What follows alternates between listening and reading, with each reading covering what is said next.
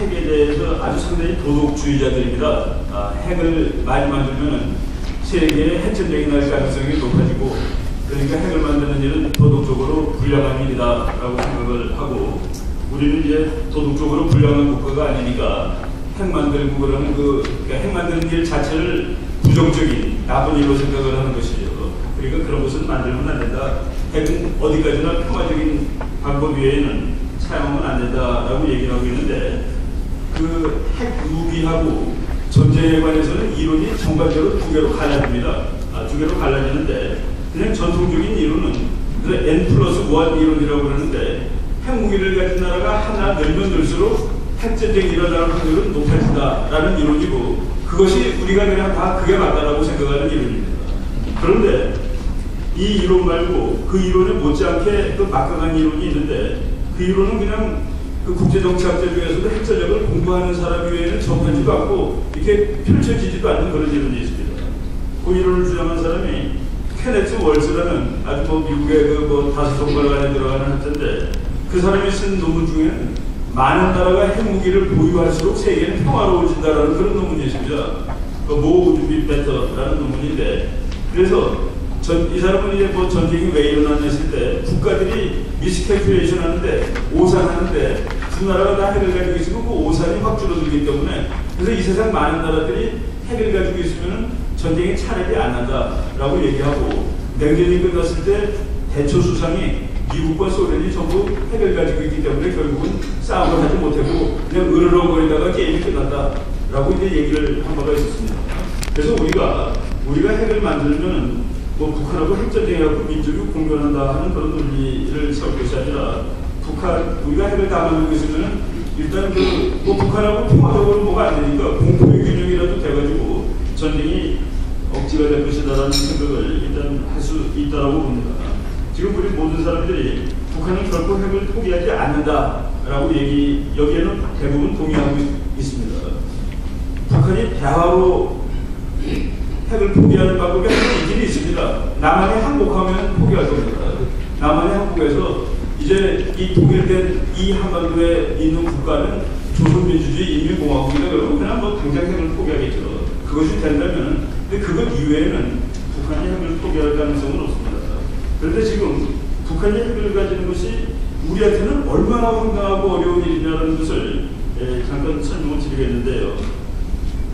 미국의 그 버너드 브룬이라는 아주 유명한 군사학자가 그 히로시마에 핵 폭탄 떨어졌다는 뉴스가 나온다는 그 신문을 길에서 사서 읽으면서 그 사람이 이제 중얼중얼한 말이, 아직까지 내가 쓴 모든 전략정책은 이제 헛것이 되었다라고 얘기했습니다. 그러니까 북한이 핵을 만들므로써 지금 대한민국이 북한이 전쟁을 일으키는 것을 막기 위해서 가지고 있던 모든 전략은 다 헛것이 되었는데, 한국 사람들은 아니 우리가 자연의 군사력도 세고 그러니까 북한이 핵 한두 개를 만들어도 그건 문제가 되지 않는 거 아니냐 하는 그런 식으로 생각을 하고 있고, 심지어 어떤 사람은 우리도 핵을 궁극적으로 만들어야 되는데 이거 만들기가 얼마나 어려운 일인데 북한이 만들어주고 있는 거 아니냐, 그래서 북한의 핵은 궁극적으로 우리 거가 될지도 모른다는 그런 황당한 낙관론을 가지는 사람도 있습니다.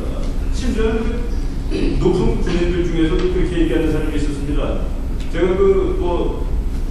94년 그 무렵인데 어느 그 군부대 가서 강의를 했는데 대리만 분이 듣고 있다가, 교수님 우리도 사실은 만들고 싶은 무기인데 북한이 저렇게 어쩌저쩌가 만들면 그게 다 우리 거 되는 거 아닙니까? 라고 얘기를 해서 제가 우리 거는 우리 거겠죠. 근데 그 우리의 대령님이 포함되실 줄 아십니까? 라고 얘기를 했습니다. 바로 지금 우리는 그 우리가 뭔지에 대해서도 조금 더 헷갈리고 있다는 그런 얘기입니다.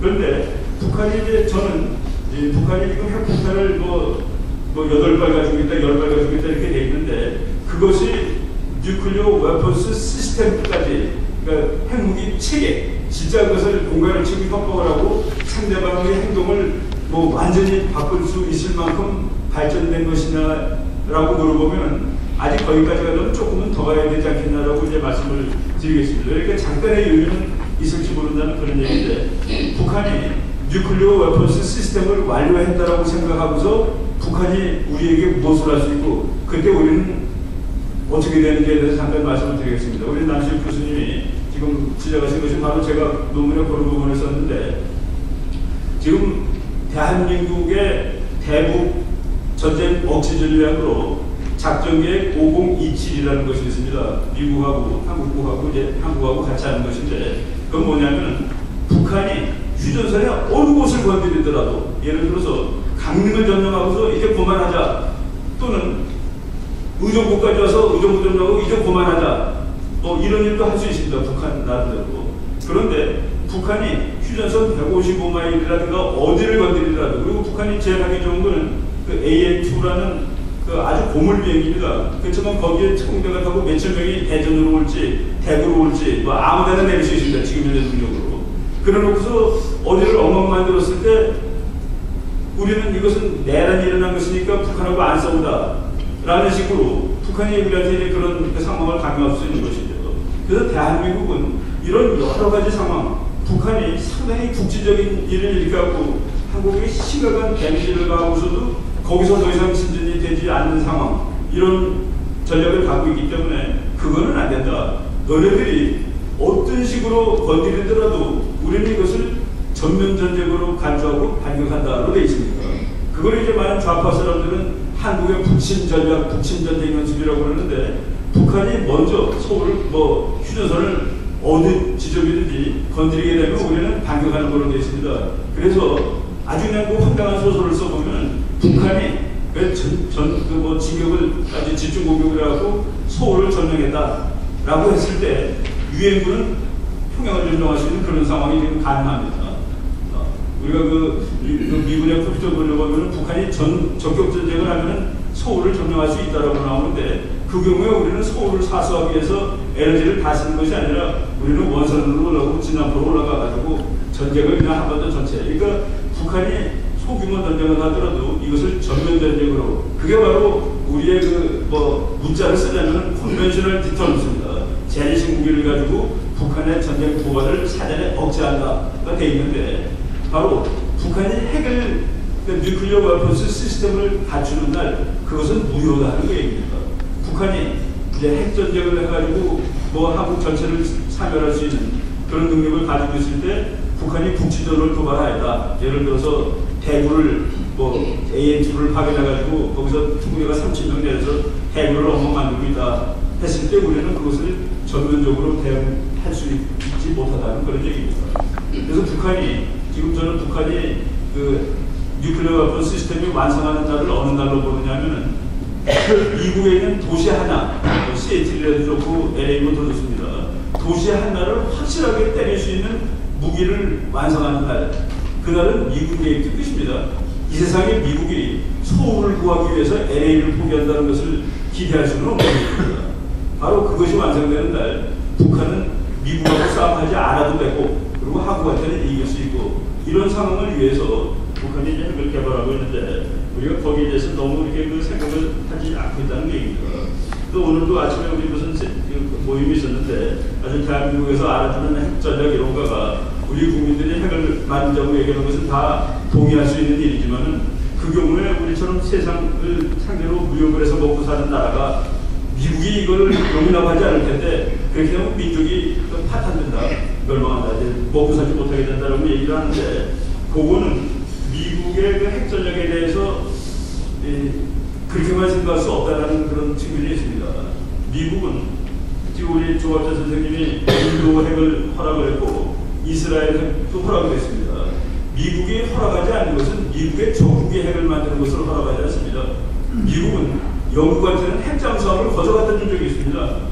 핵잠수함, 그 핵잠수함은 가장 무서운 핵무기 체계 중에 하나인데, 그래서 우리가 지금 물론 저희가 그 핵을 만들고 미국이 말하는 건 다 무시하고 반대하고 하는 것이 아니라, 미국이라는 나라를 설득해가지고 너희들이 우리의 그 안보를 가르쳐야지 않을 때 우리는 마지막 방법이 이거밖에 없다라고 얘기를 하자는 그런 뜻입니다. 그렇기 때문에 미국이 어떻게 할지 모르고 그래서 미국이 우리 핵을 막을 텐데 그것을 말이 되는 얘기냐라고 얘기하는 것은 조금 그렇다고 봅니다. 그리고 이제 최근이 아니라 제가 이 핵을 우리가 만들어야 되겠다고 얘기를 해야 되겠다, 학자라도 해야 되겠다라고 한 그 계기가 한 2년 전쯤 됩니다.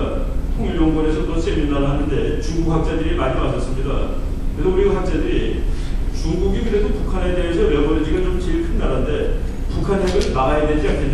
막아야 되지, 막으려고 노력을 더 해야 된다라고 얘기했더니 그 사람들이 상당히 건방진수로 뭐라고 얘기를 했냐면 북한이 독립국가인데 우리가 어떻게 북한의 핵을 이래라 저래라 하느냐라고 그런 식으로 얘기를 하더라고요. 그래서 야, 참, 그래서 그러면 대한민국의 핵 만들어도 그럼 괜찮은 거냐? 대한민국이 독립국가니까 너네도 우리가 핵 만들면 이래라 저래라 안 할 거냐? 라고 하면서 조금 그 감정이 상한 나머지 우리 대한민국의 핵을 만들면 그러면 세상이 어떻게 되는 줄 아느냐라고 물어봤습니다. 아마 그 대한민국마저 핵을 하면은 일본은 진짜 막강한 핵강국이 될 겁니다. 얼마 있다가. 그럼 중국 같은 경우는 뭐 상당히 그 국가안보에 치명적인 일이 될 텐데 그런 식으로 우리도 레버리지가 지금 있는데 그 레버리지를 서로 숨기고 안 숨길 필요가 없다라는 그런 의미에서 저는 뭐 핵을 심각하게 우리가 만들어야 된다라고 주장할 필요가 지금 뭐 시간이 좀 넘었다라는 그런 생각이 들었습니다. 예, 감사합니다. 이 박사 말씀을 제가 한마디만 보완을 하면은 아마 시간 제약을 위해서 말씀을 안 하신 것 같은데, 우리 이 개간지에 뭐라고 쓴 제목이 있는 거니까 북한은 핵을 가지고 우리는 핵을 안 가지는 그런 사태가 기정사실화가 되면은 대한민국의 정치가 또는 정치 세력들이 북한 체제에 순응하는 쪽으로 움직인다 이런 얘기입니다. 그러니까 북한의 핵을 가지고 있는 지금 북한의 그 체제에 맞는 이런 세력들이 큰 소리 치게 되고 지지를 얻게 되고 정권을 잡게 되고 결국 드디어는 우리가 내부적으로 대단히 위협을 받는다. 그 말씀을 사실은 하기 기대했는데 아마 이 시간 제약 때문에 하신 것 같은데 제가 보면 그렇습니다. 최근에 보면은 그 신문 뭐라고 하니까 간첩 수사를 하니까 전부 다 겁을 해버리지 않았습니까? 그러한 사태가 조금이라도 이제 이상하지 않는 이런 불감증이 점점 생기는 경우에 말하자면은 북한의 핵이 우리나라 국내 정치에 미치는 위험성 이걸 경고한 겁니다. 그걸 제가 보완드리고 자 우리 장경석 박사께서 아주 우리 장 박사는 원자력의 대한민국의 권위자입니다. 이 원자력 연구 직원입니다. 그 연구소장을 지내시고 그래서 지금 세 분 말씀하신 거에 대해서 좀 말씀을 해주세요.